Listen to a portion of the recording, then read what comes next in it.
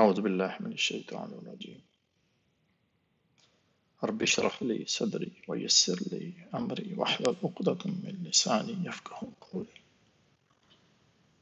شیطان نے اس زمین پر اپنا مستقر قائم کر کے اس انسانی وجود کے لیے ہلاکت کے وہ لامتناہی سامان پیدا کر دیے ہیں کہ پہلے روز سے میں یفسد فیہا ویسفک الدماء کا ایک لامتناہی محشر برپا ہے۔ ایک امت اگر خدا کی عبادت میں مصروف ہو کر ابھر رہی ہے تو 10 امتیں شیطان کی عبادت میں لگ کر ہلاک ہو گئی۔ ملک سے ملک الگ، امت سے امت جدا، شہروں اور قریوں میں فساد، گھروں اور محلوں میں تفریق۔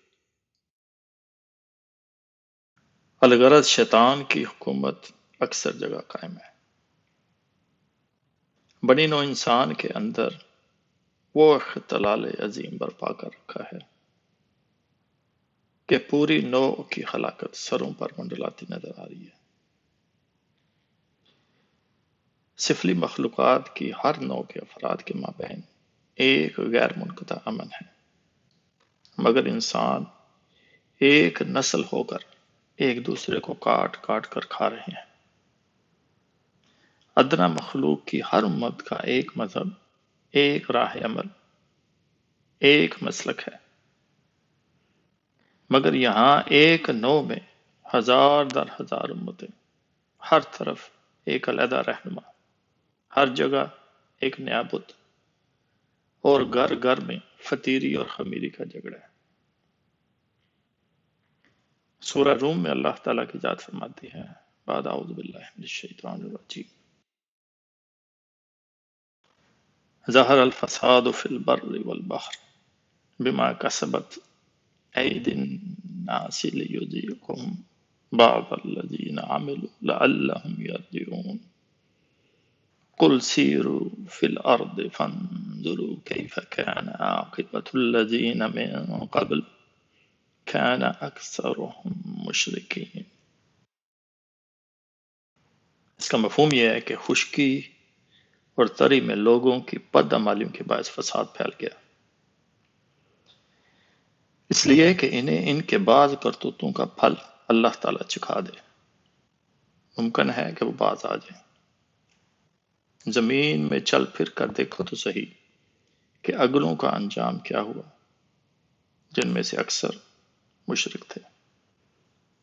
الغرض یہ سب کچھ عبادت شیطان کا ظہور ہے، ورنہ بنی آدم در حقیقت ایک ہی امت ہے۔ کان الناس امۃ واحدہ، ایک نوع، ایک اب و جد، ایک خدا اور ایک ہی کار فرما کی رعیت ہے۔ شیطان کا تعبد اور خدا سے برگشتگی لاکھ ہوتی رہے، مگر اس زمین و آسمان کے بنانے والے نے بھی انسان کا ڈھانچہ تیار کرتے وقت پہلا مانوی عہد جو اس کی جبلت سے لیا تھا وہ یہی تھا کہ شیطان سے تعبد ہرگز نہ ہونے پائے۔ جس کی مخلوق ہو اسی کے حکموں پر چلنا تمہاری فطرت میں داخل کر دیا گیا ہے۔ سورہ یاسین میں فرمایا اعوذ باللہ من الشیطان الرجیم، الم اہد الیکم یا بنی آدم الا تعبدوا الشیطان انہ لکم عدو مبین وان اعبدونی ھذا صراط مستقیم وَلَقَدْ أَضَلَّ مِنْكُمْ جِبِلًّا كَثِيرًا أَفَلَمْ تَكُونُوا تَعْقِلُونَ۔ کہ اے اولاد آدم، کیا میں نے تم سے عہد نہ لیا تھا کہ شیطان کی عبادت ہرگز نہ کرنا؟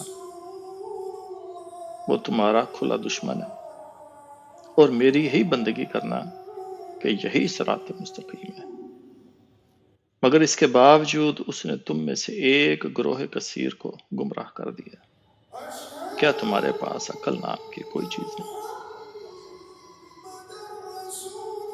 تو اللہ سبحانہ و تعالیٰ نے توحید ہماری مٹی میں خمیر کر دی۔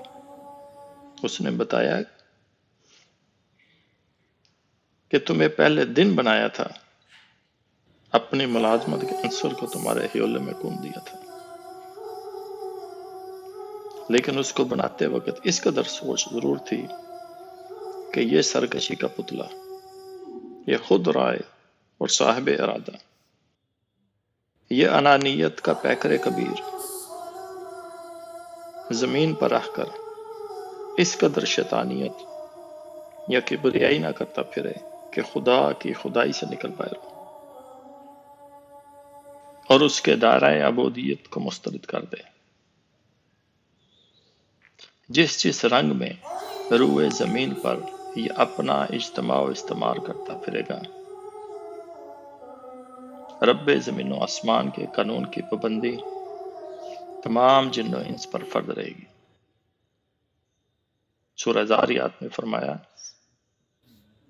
اعوذ باللہ من الشیطان الرجیم، وما خلقت الجن والانس الا لیعبدون، کہ ہم نے جن و انس کو بنایا ہی اس غرض کے لیے ہے کہ وہ میری عبادت کریں۔ تو اگر اس تعبد سے نکل کر اس نے شیطان کی ملازمت اختیار کی، توحید سے برگشتہ ہو گیا، زمین و آسمان کے اس عالم آرا اصل اصول سے عملاً بگڑ بیٹھا، تو کچھ پرواہ نہیں، وہ شکست و انتشار کے جہنم میں پڑا جلتا رہے گا۔ قحط اور وبائیں ہر آن اس کے دامن گیر رہا کریں گی، اور لَأَمْلَأَنَّ جَهَنَّمَ مِنَ الْجِنَّةِ وَالنَّاسِ أَجْمَعِينَ کا قول پورا ہو کر رہے گا کہ میں ضرور جہنم کو جنوں اور انسانوں سے بھر دوں گا۔